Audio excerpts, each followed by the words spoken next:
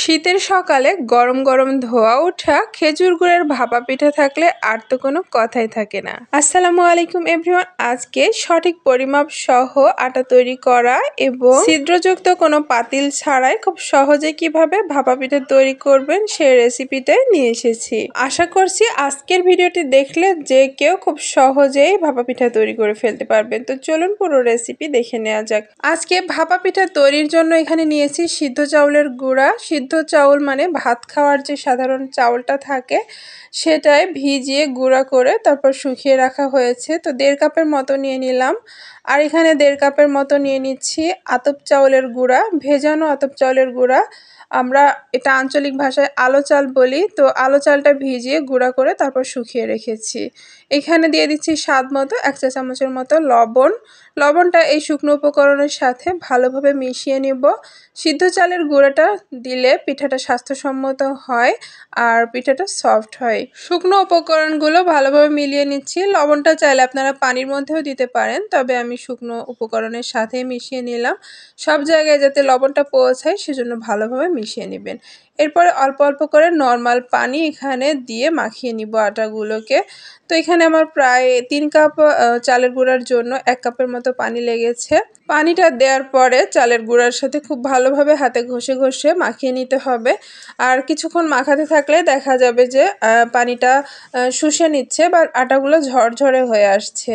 তো কোনো সমস্যা নেই, এই পরিমাণ পানি আপনারা ব্যবহার করবেন। আর চালের গুঁড়া যদি ভেজা অবস্থায় থাকে তাহলে কিন্তু পানিটা কম লাগবে। আমি এখানে সব আটাগুলো শুকিয়ে রেখেছিলাম, তো এর জন্য আমার পানির পরিমাণটা একটু বেশি লেগেছে।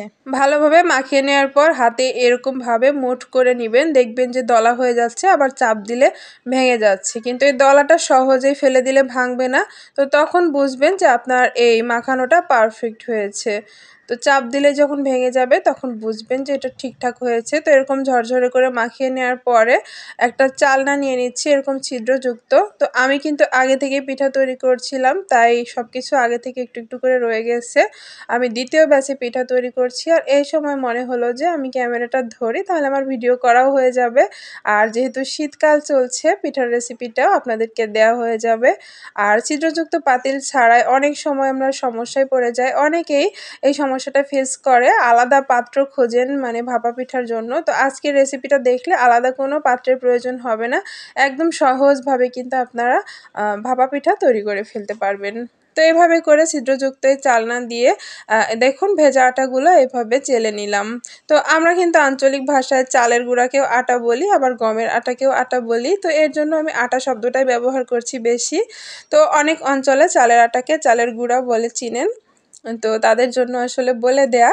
ভেজা আটাগুলো চেলে নেওয়ার পর এরকম সফট তুলতুলে ঝরঝরে হবে। আর আমি এরকম ঢাকনার সাহায্যে পিঠাগুলো তৈরি করব। আর এগুলো কিন্তু ভাপা পিঠা তৈরি করার জন্যই পাওয়া যায় বাজারে।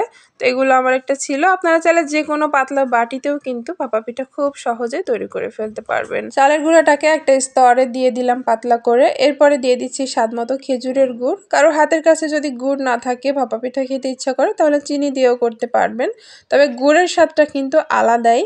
তো এরপরে কিছুটা নারিকেল দিয়ে দিলাম। আর ভাপা পিঠা মানেই তো নারিকেল, নারিকেলটা না দিলে মজা লাগে না। পিঠার সাইজগুলো ছোট, তাই গুড় আর নারিকেলের পরিমাণটাও কম দিয়েছি। আর দেখুন আমি একটা স্তরে চালের গুঁড়াটাকে দিয়ে আবারও 2-1 পিস গুড় দিয়ে দিলাম। আর এই পরের গুড়গুলো দিলাম তার কারণ হচ্ছে দেখতে ভালো লাগবে পিঠাটা হওয়ার পরে উপরে গুড়টা ভেসে আসবে, এর জন্য। তো এরকমভাবে আলতোভাবে একটু চেপে সুন্দরভাবে সমান করে নিচ্ছি। আর বাটির যে কাঁধা বা চারপাশের যে অংশগুলো রয়েছে সেগুলো পরিষ্কার করে নেবেন। নিয়ে এরকম সমান করে আমি এই যে এরকম একটা নেটের সাহায্যে পিঠাগুলো তৈরি করব। কোনো কাপড় খোঁজার ঝামেলা থাকবে না।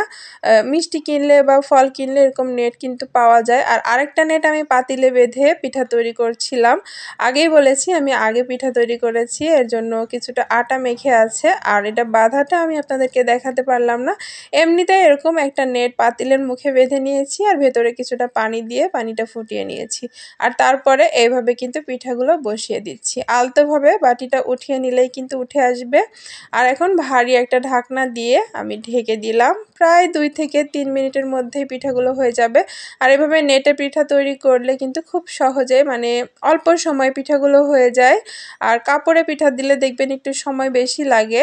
আর চাইলে আপনারা মশারির যে নেটটা থাকে একটু ছোট ছোট ছিদ্রওয়ালা সেটা দিয়েও করতে পারেন। তো আমার কাছে মশারির নেটটা ছিল না, তাই আমি এই নেটগুলো দিয়ে পিঠাগুলো তৈরি করে নিচ্ছি যাতে সবার বুঝতেও সুবিধা হয়।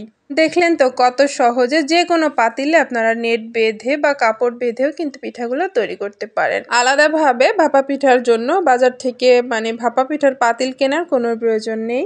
আমি একটা পিঠা আপনাদেরকে ভেঙে দেখাচ্ছি কতটা আকর্ষণীয় লোভনীয় হয়েছে। শীতের সকালে গরম গরম ধোঁয়া ওঠা এরকম ভাপা পিঠা হলে কিন্তু আর কিছুই লাগে না, ভীষণ মজার হয়ে থাকে। পরিমাপগুলো যদি সঠিকভাবে নেন সবকিছুর, তাহলে ভাপা পিঠা তৈরি করা কঠিন কিছু না, একদমই সহজ বিষয়। আর যখন দেখবেন পারফেক্ট ভাবে পিঠা তৈরি হচ্ছে তখন কিন্তু আপনার বারবার পিঠা তৈরি করতে ইচ্ছা হবে। আজকে আমার তৈরি ভাপা পিঠার রেসিপি কেমন লেগেছে অবশ্যই কমেন্ট করে জানাবেন। ভালো লাগলে একটি লাইক দিতে ভুলবেন না, আর আমার চ্যানেলটি সাবস্ক্রাইব করা না থাকলে প্লিজ সাবস্ক্রাইব করে পাশে থাকার অনুরোধ রইল। সবাইকে অসংখ্য ধন্যবাদ। আল্লাহ হাফেজ।